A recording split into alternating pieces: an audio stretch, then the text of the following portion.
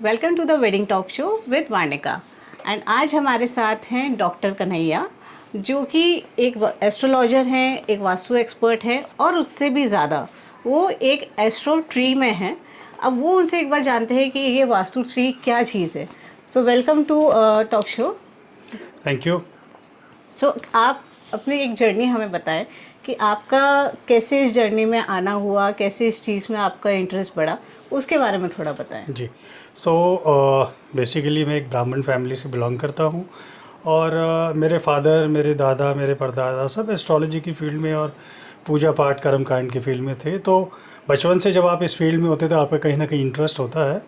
So that जब देखना शुरू किया, मेरे फादर करते थे, तो ऐसे धीरे धीरे करके इंटरेस्ट क्रिएट हुआ और उसके बाद फिर मैंने एस्ट्रोलॉजी में अपनी एजुकेशन स्टार्ट करी। I did my education in Sanskrit language.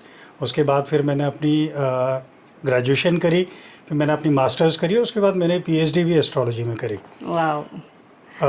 पिछले 25 ईयर्स से मैं एस्ट्रोलॉजी की फील्ड में हूँ और पिछले 11 साल से वैदिक tree astrology, the right word is वैदिक ट्री एस्ट्रोलॉजी, जिसमें हम लोग प्लांट्स के थ्रू लोगों को रेमेडी सजेस्ट करते हैं और वास्तु से रिलेटेड जो रेमेडीज़ होती हैं वो भी हम इससे प्लांट्स के थ्रू हम लोग इसमें सजेस्ट करते हैं। Right. Great. So, what inspired you to specialize in Vedic tree astrology and how this is मतलब different, जो हम बोलते हैं ना एक ट्रेडिशनल एस्ट्रोलॉजी जो होती है उससे कितना डिफरेंस है ये? राइट। सो एक्चुअली में क्या हुआ कि मैं जनरली 24 साल से एस्ट्रोलॉजी तो कर ही रहा हूँ, तो लोग आते हैं हमारे से बोलने के लिए कि हम किसी के पास गए, उसने ये रेमेडी बताई, उसका ये नहीं हुआ, उसने ये रेमेडी बताई, उसका ये हुआ, उसके पास गए, उसने ये स्टोन बताया, ये तो मेरे पास ऑलरेडी था, फिर मेरे को दे दिया। तो ऐसे जब हम लोगों से सुना तो मुझे लगा कि यार कोई ऐसी नई चीज़ होनी चाहिए जो हमारे लिए, लोगों के लिए अच्छी हो। And most important, I am a nature loving person और हम लोग कितना भी कर ले, हम लोग नेचर के लिए कुछ भी नहीं करते हैं। तो ऐसे एक दिन बैठा हुआ था तो मुझे थॉट आया कि हम क्या ऐसा करें जिससे हम लोग प्रकृति को कुछ दे सकें। और ऐसे जब मैंने अपनी स्टडी स्टार्ट करी, मैंने रिसर्च स्टार्ट करी, तो मुझे उसमें लगा कि हमारे हिंदू धर्म के अंदर प्लांट्स को देवी देवताओं से कनेक्टेड किया गया और साथ में उनको एस्ट्रोलॉजी के जो प्लैनेट्स हैं उनसे भी कनेक्ट किया गया है। तो मुझे लगा आई थिंक ये हमारा एक नया सब्जेक्ट बन सकता है। उस पर मैंने रिसर्च करनी शुरू करी। तब मैंने देखा कि पुराणों के अंदर प्लांट्स को नक्षत्रों के साथ कनेक्ट किया गया है, राशियों के साथ कनेक्ट किया गया है, ग्रहों के साथ कनेक्ट किया गया है, देवी देवताओं से कनेक्ट किया गया है। आपकी लाइफ की जो रिक्वायरमेंट्स होती हैं, जैसे पैसा है, बुद्धि है, विवाह है, करियर है, उनसे कनेक्टेड किया गया है। जैसे कहते हैं कि अगर आपको लक्ष्मी चाहिए तो बेल पत्री के वृक्ष की पूजा करें, तो इस तरीके से। तो मैंने जब इसमें पढ़ाई करनी शुरू करी तब लगा कि यार ये एक अच्छा विषय बन सकता है, इसलिए मैंने इसको एक नाम दिया वैदिक ट्री एस्ट्रोलॉजी, वैदिक वृक्ष ज्योतिष। ओके। तो इसकी अगर हम जैसे बात करें और एक इम्पोर्टेंस अगर हम समझे एक मैरिड लाइफ में या एक वेडिंग प्लानिंग में, तो एक मैच मेकिंग में हो गया या एक वेडिंग प्लानिंग में, इसका क्या रोल है? ओके। तो मैं थोड़ा सा बताता हूँ कि नॉर्मल एस्ट्रोलॉजी और इन दोनों में फ़र्क क्या है। जी। वो ये है कि normal astrology as it is ही है। Vedic tree astrology is a remedial part of normal astrology. जब हम कुंडली देखते हैं, उस कुंडली में क्या दोष होता है, उस दोष का उपाय क्या है, वो हम वैदिक ट्री एस्ट्रोलॉजी से बताते हैं। जैसे किसी कुंडली में मंगल का दोष है, शनि का दोष है या राहु का दोष है, उन दोष को दूर करने के लिए हम लोग किन प्लांट्स की पूजा कर सकते हैं, किन प्लांट्स को डोनेट कर सकते हैं, दैट इज़ वैदिक ट्री एस्ट्रोलॉजी।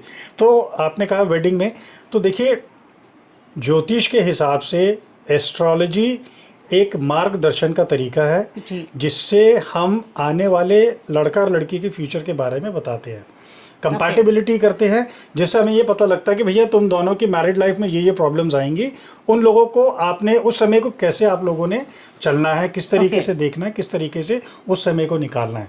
तो एस्ट्रोलॉजी एक बहुत मेजर रोल प्ले करती है इन टर्म्स ऑफ मैरिज। तो मतलब अगर मैं कहना चाहूँ कि अगर कोई भी कपल ये समझना चाहते हैं कि उसकी मैरिड लाइफ में क्या क्या इश्यूज हो सकते हैं और उसकी क्या रेमेडीज़ हैं, so I think this can help them 100%। क्योंकि मेरा पिछले 25 साल का एक्सपीरियंस है और मैं साथ में ना काउंसलिंग भी करता हूँ, बताता भी हूँ उनको कि भाई अगर सपोज आप दोनों की कुंडली में ना ये दोष चल रहा है तो ये समस्याएं आएंगी। और ये ऐसा नहीं है कि आप इससे शादी करोगे तब आएगी, क्योंकि आपकी कुंडली में दोष आप किसी से भी करोगे तो आएगी। अगर आप दोनों की कुंडली मिल रही है और आप दोनों की सोच विचार कहीं भी मिल रहे हैं तो आप दोनों ज़रूर शादी करेगा। उसके साथ साथ आप इन इन बातों का ध्यान रखेगा।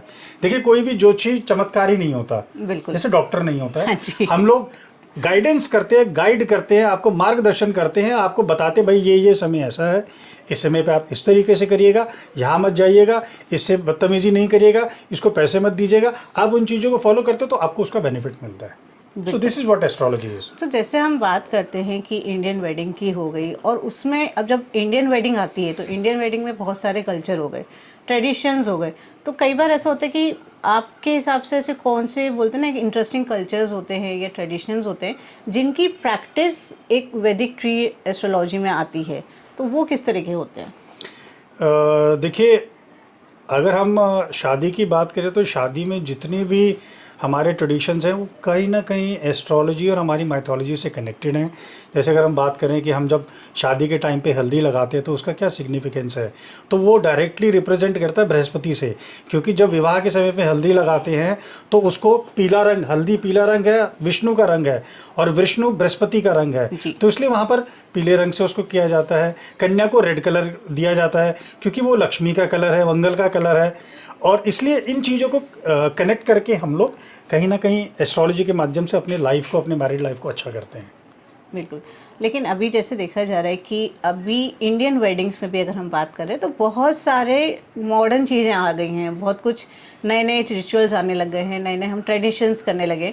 तो उसमें किस हद तक अगर हम बात करें एस्ट्रोलॉजी की या फिर आपके जैसे जो आपका स्पेशलाइजेशन है वैदिक ट्री का, तो उन चीज़ों की इम्पोर्टेंस कितने तक की है? देखिए क्या है, पहली चीज़ तो मैं हमेशा कहता हूँ कि कभी भी अपने रूट्स को चेंज नहीं करना चाहिए।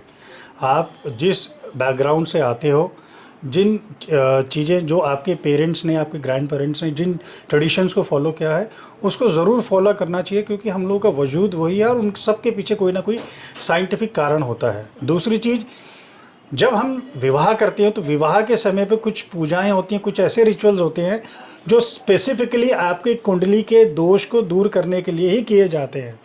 तो मैं हमेशा जब भी मैं वेडिंग कराने कहीं जाता हूँ तो मैं उनसे सबसे पहले रिक्वेस्ट करता हूँ कि आप जितना हो सके अपने सारे जो भी आपके रिचुअल्स हैं उनको ज़रूर फॉलो करिएगा, क्योंकि शादी एक शादी नहीं है, इसको पाणी ग्रह संस्कार बोलते हैं।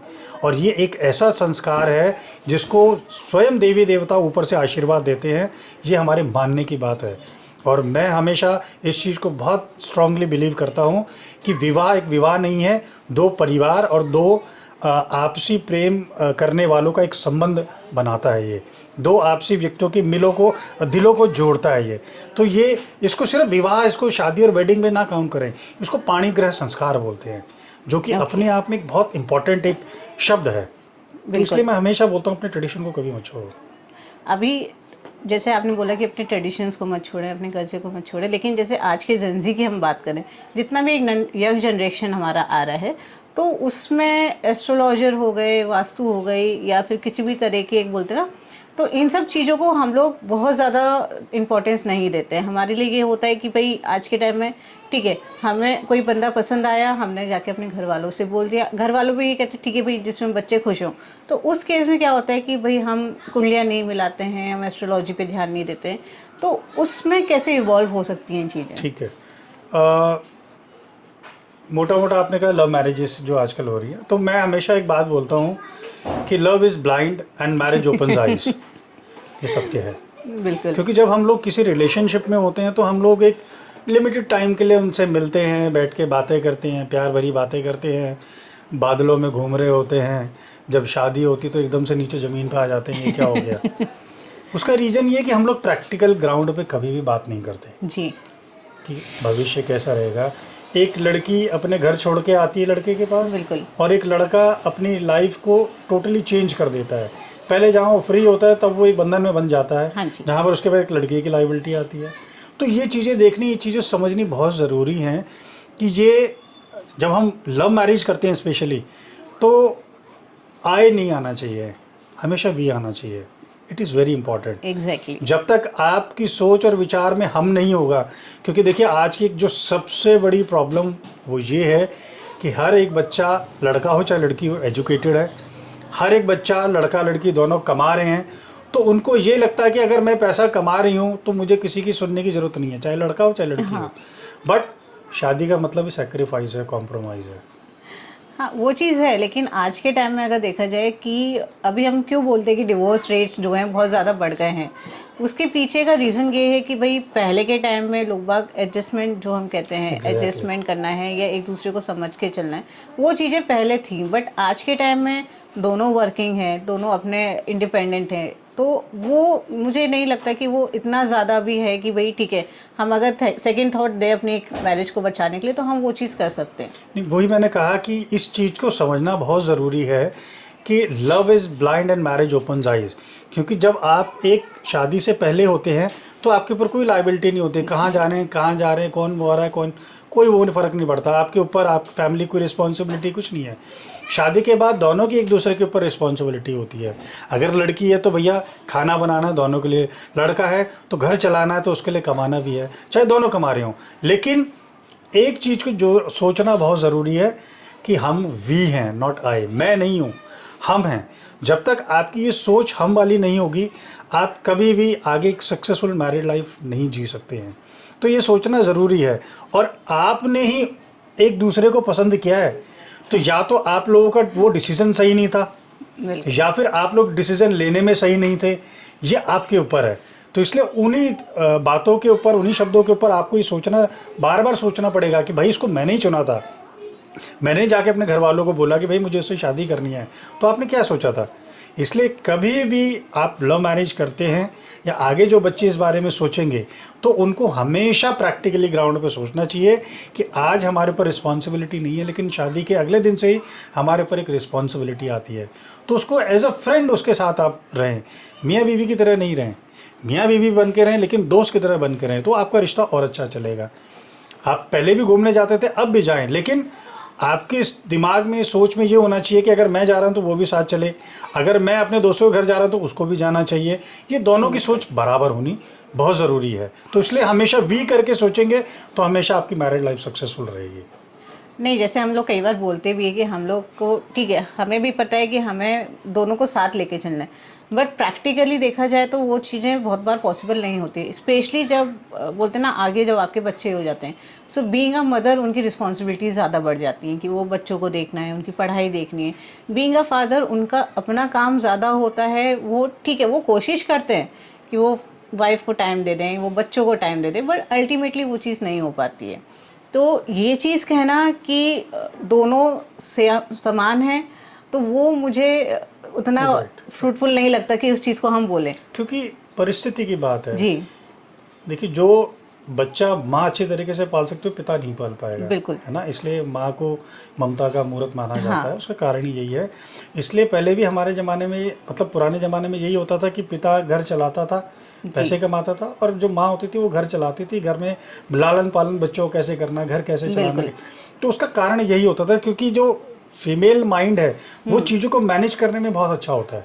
जी, तो यहाँ पर यही कॉम्प्रोमाइज़ है कि अगर लेट्स से अगर इस टाइम पे हम लोग नहीं जा पा रहे हैं तो थोड़ा समय रुके, और जब वो पोजीशन सिचुएशन बनेगी तब हम लोग घूमने जा सकते हैं। बिल्कुल। तो यही कॉम्प्रोमाइज़ है लाइफ का। और कॉम्प्रोमाइज़ क्या है कि एक समय हमारा बहुत अच्छा चल रहा है, हाँ, हम लोग खूब खा रहे पी रहे घूम रहे फिर रहे हैं, लेकिन समय अभी अच्छा नहीं है, तो छोड़ा, तो चलो ठीक है, कोई नहीं, कॉम्प्रोमाइज़ करके चलते हैं। सो नहीं, दिस इज़ व्हाट बिल्कुल। Compromise is.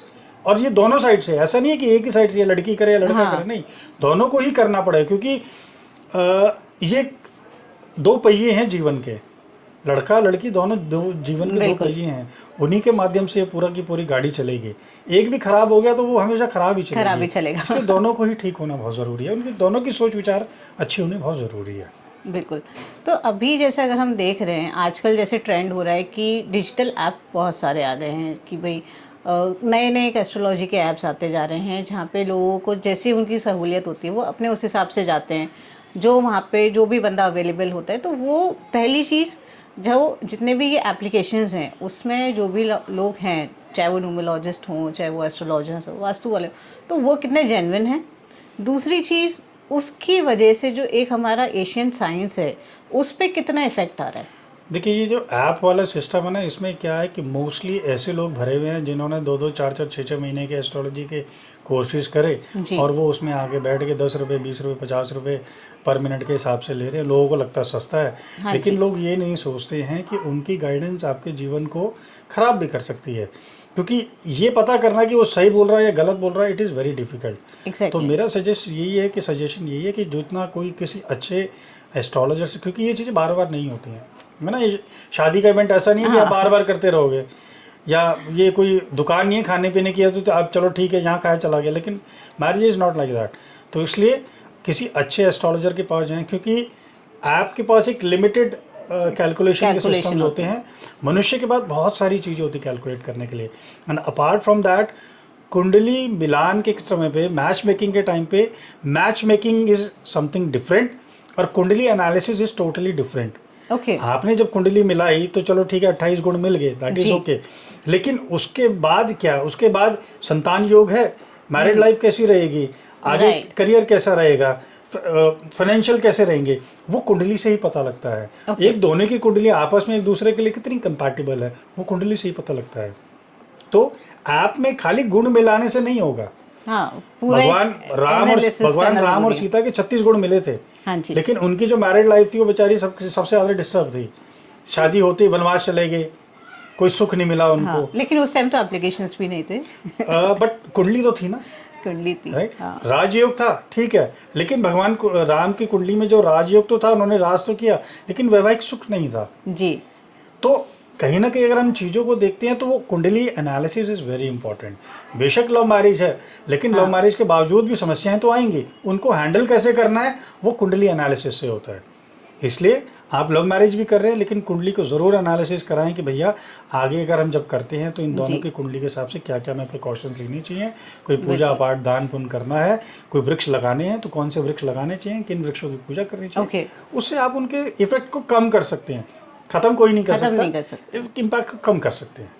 तो Okay. इस तरीके से किया जा सकता है। तो आपके पूरे इतने सालों के एक्सपीरियंस में कोई एक ऐसा इंसिडेंट बताइए हमें, जो जहाँ पे आपने अपना इसको वैदिक ट्री को अपना यूज़ किया आपने, और उससे एक कपल की लाइफ में बहुत ज़्यादा चेंजेस आए हो। तो ऐसे मेरे काफ़ी एक्सपीरियंसेस हैं जहाँ पर क्योंकि मैं प्लांट्स के साथ साथ मैं काउंसलिंग भी करता हूँ जी। उनको मैं, क्योंकि मेरी आदत है कि जब हम लव मैरिज करते हैं ना तो ड्यूरिंग दैट टाइम उनको आगे की पिक्चर दिखाना ज़रूरी है। जी। तो इसी तरीके से कुछ लोगों को प्रॉब्लम्स हुई तो मैंने उसमें उनको कुछ रेमेडीज़ बताई, जैसे कुछ छोटे छोटे प्लांट्स होते हैं घर में रखने के लिए। और दूसरा हमारे शास्त्रों में कहा जाता है कदम्ब का जो पौधा होता है वो आपसी प्रेम को इंक्रीज़ करने में बहुत हेल्प करता है। जी। तो उनके हाथ से मैंने कदम्ब का पौधा लगाया, और उसको हमारे शास्त्रों में जो कदम्ब का पौधा है वो कामदेव को रिप्रेजेंट करता है। ओके। उस वृक्ष का जो देवता है वो कामदेव है। तो आपने सुना होगा भगवान श्री कृष्ण जब रास लीला करते थे जी। तो वो जिस वन में करते थे वहाँ पर 90% कदम्ब के वृक्ष थे। तो अच्छा। कदम के पेड़ से ऐसी स्मेल आती थी जो आदमी को एकदम से मंत्र मुग्ध कर देती थी, मोह देती थी। तो इसलिए मैं हमेशा बोलता था कि उसमें आप कदम का वृक्ष लगाएं और एक मंत्र हम समंजंतु विश्वे देवा समापो हृदयानिनो, हम दोनों के सोच, हम दोनों के विचार, हम दोनों के मन ऐसे मिल जाए जैसे पानी में पानी। तो इस तरीके से हम लोगों को रेमेडीज़ बताते हैं, और जिन्होंने किया अच्छे तरीके से उनको डेफिनेटली रिजल्ट भी मिला। फिर उसके बाद अलग अलग छोटे छोटे और जो विद्याएं हैं उनके माध्यम से, जैसे मियाँ बीबी अपने रूम में एक हंस का जोड़ा रखे, वो भी एक अच्छा पॉजिटिविटी लेके आता है। कुछ हंसते हुए बच्चों की फ़ोटो लगाएं, उससे भी जो है फ़ोटो से भी पॉजिटिविटी आती है। तो इस तरीके की काफ़ी चीज़ें जो ऐसे बड़े एक्सपीरियंसेस हैं जी। क्योंकि हम लोग तो कुंडली देख के तो 100% उनको बताते ही हैं कि भैया ये करना आपके लिए ज़रूरी है। कोई तुरंत करता है, कोई जब समस्या आती है तब करता है, बट करना पड़ता है और करना चाहिए क्योंकि आप ही के लिए। जी। तो काफ़ी एक्सपीरियंसेस रहे ऐसे। सो आपको ऐसा लगता है कि अभी जैसे जो एक न्यू डेकेड जो आ रहा है, सो उसमें वैदिक ट्री एस्ट्रोलॉजी के थ्रू एक वेडिंग प्लानिंग में या एक रिलेशनशिप में कितने ज़्यादा चेंजेस आ सकते हैं? देखिए वैदिक ट्री एस्ट्रोलॉजी में तो मैं ये कहूँगा कि हम लोग जब भी कहीं वेडिंग वगैरह कराते हैं तो मेरा एक छोटा सा वो रहता है कि मैं उनके हाथ से एक प्लांट ज़रूर लगाता हूँ। उस प्लांट को लगाने का सिर्फ उद्देश्य ये होता है कि जब हम दो व्यक्ति मिलके किसी काम को करते हैं तो हम दोनों की एनर्जी इकट्ठी हो जाती है और वो उस प्लांट के माध्यम से वो उसके अंदर आती है। तो कई बार ऐसा हुआ कि मैंने उनको प्लांट दिया और उनको मैंने तुमने घर पे ही रखना है और डेली तुम दोनों ने इस पे जल चढ़ाना है, तो उन लोगों में से मतलब 10 में से 7 लोगों को बड़ा अच्छा रिजल्ट उसका मिला जिन लोगों ने उसको कॉन्टिन्यूशन में करा। तो वैदिक ट्री एस्ट्रोलॉजी एक मैरिड लाइफ में एक अच्छा रोल निभा सकती है, बहुत हेल्प करती है वो जी। सो अगर हम बोलना चाहें कि एक ऐसी कोई भी एक क्विक रेमेडी या एक ऐसा तरीका जिससे कि भाई हमारे ऑडियंस भी ये चीज़ समझ सकते हैं कि उनका जो जॉडिक साइन है उसके अकॉर्डिंगली उनके लिए कौन सा बेस्ट ट्री है। बहुत बढ़िया। जैसे पहली चीज़ हम लोग इंडियन एस्ट्रोलॉजी पे काम करते हैं which is based on name. First alphabet जो होता है उस पर वो बेस्ड होता है। जैसे अ नाम वाले होते हैं वो एरीज में आते हैं, च नाम वाले आते हैं वो एरीज में आते हैं। तो आप अपने नाम के हिसाब से पहले अपने ज़ोडिएक साइन देखें और उसके हिसाब से बड़ा सिंपल तरीका बताता हूँ। अगर आपकी मेष या वृश्चिक राशि है तो आपका स्वामी होता है मंगल, और मंगल के लिए लाल फूल वाला पौधा आपके लिए आपका ज़ोडिएक प्लांट बनता है। उसके बाद वृष और तुला राशि, इसका स्वामी है शुक्र, तो सफ़ेद फूल वाला जो प्लांट है वो आपके लिए आपका ज़ोडिएक का प्लांट बनेगा। उसके बाद मिथुन और कन्या राशि के जो स्वामी हैं उनका राशि का स्वामी बनता है बुध। बुध का कलर है ग्रीन। तो ऐसे प्लांट्स जिनमें फूल फल नहीं आते हैं, जैसे क्रिसमस ट्री हो गया या मोरपंखी का हो गया या कोई और ऐसे हो जिनके पत्ते हों, पत्ते वाले हों, वो ज़्यादा उनके लिए अच्छे रहते हैं। उसके बाद आता है कर्क राशि। कर्क राशि का स्वामी है चंद्रमा। अगेन वाइट कलर फूल वाला कोई भी प्लांट वो आपके लिए राशि का आपका प्लांट बनता है। सिंह राशि रेड या ऑरेंज कलर के फ्लावर वाला, जैसे स्पेसिफिकली गुड़हल का एक पौधा आता है जिसमें ऑरेंज भी आते हैं और रेड फ्लावर्स भी आते हैं, उसको आप रख सकते हैं, वो आपके राशि का डायरेक्ट आपको इम्पैक्ट करेगा। उसके बाद आपका आता है धनु राशि और मीन राशि जिसका स्वामी है जुपिटर। और जुपिटर येलो कलर से कनेक्टेड है, तो हल्दी का, पीले रंग के फ्लावर वाला या केले का पौधा, इनमें से तीनों में से आप कोई भी लगा सकते हैं। ये आपके लिए अच्छा रहेगा। और उसके बाद आती है शनि की राशि। मकर और कुंभ राशि, इनका स्वामी है शनि। तो अपराजिता का एक प्लांट आता है जिसमें पर्पल कलर के फ्लावर्स आते हैं, जिसको हमारे शास्त्रों में भी बड़ा शुभ माना जाता है, उसको आप रख सकते हैं। कोई भी ऐसा प्लांट जिसमें पर्पल कलर या डार्क ब्लू कलर के फ्लावर्स आते हैं, ये आपके लिए काफ़ी अच्छे रहते हैं। वैसे तो इसके अगर हम शास्त्रों की बात करें तो इसके अलग पेड़ हैं, जैसे सूर्य के लिए आग का है, चंद्रमा के लिए पलाश का है, मंगल के लिए खैर का है, बुध के लिए अपामार का है, बृहस्पति के लिए पीपल का है या केले का है या हल्दी का है, शुक्र के लिए गूलर उदुम्बर है, शनि के लिए शमी का है।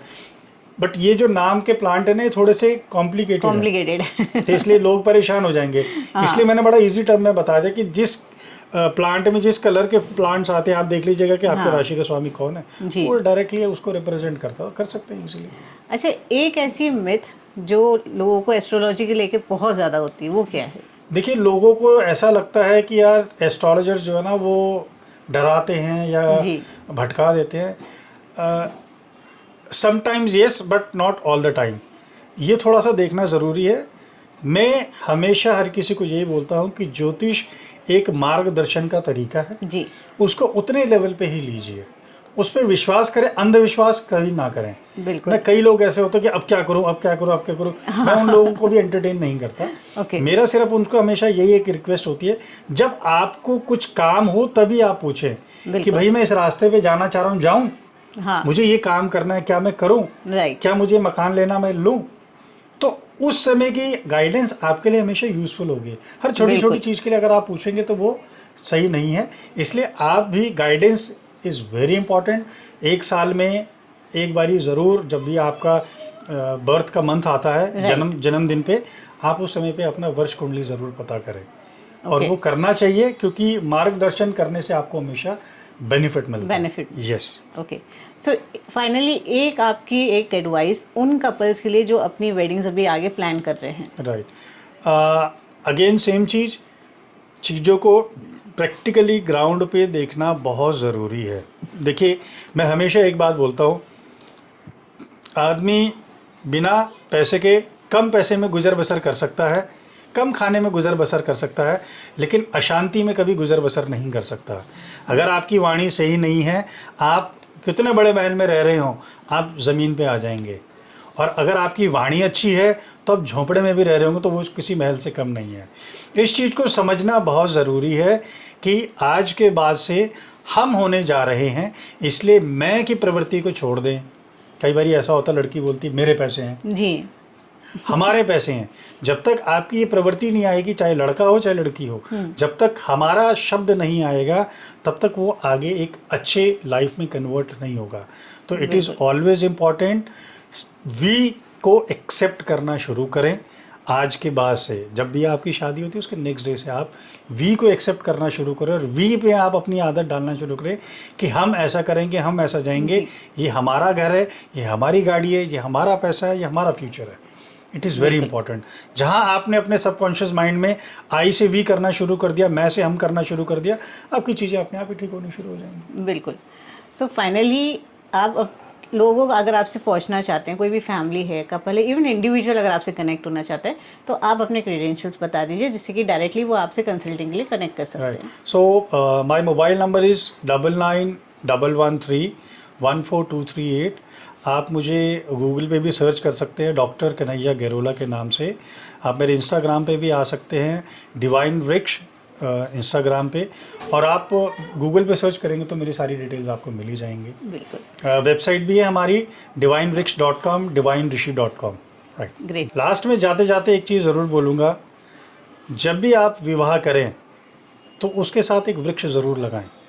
जैसे आपके जीवन में एक आपके नए जीवन की शुरुआत होती है, ठीक उस वृक्ष के माध्यम से भी आपके एक दूसरे जीवन की शुरुआत होगी। तो जब कभी भी आप विवाह करते हैं तो विवाह मंडप से उठने के बाद या अगले दिन एक पौधा ज़रूर लगाएं जो जीवन पर्यंत आपके उस सुखद क्षण को याद दिलाएगा। सो इन्हीं शब्दों के साथ वृक्ष लगाएं, भविष्य बचाएं। वृक्ष प्रणाम। So thank you so much for joining us, and thank you so much viewers for staying with us, and stay tuned for our next episode. Thank you.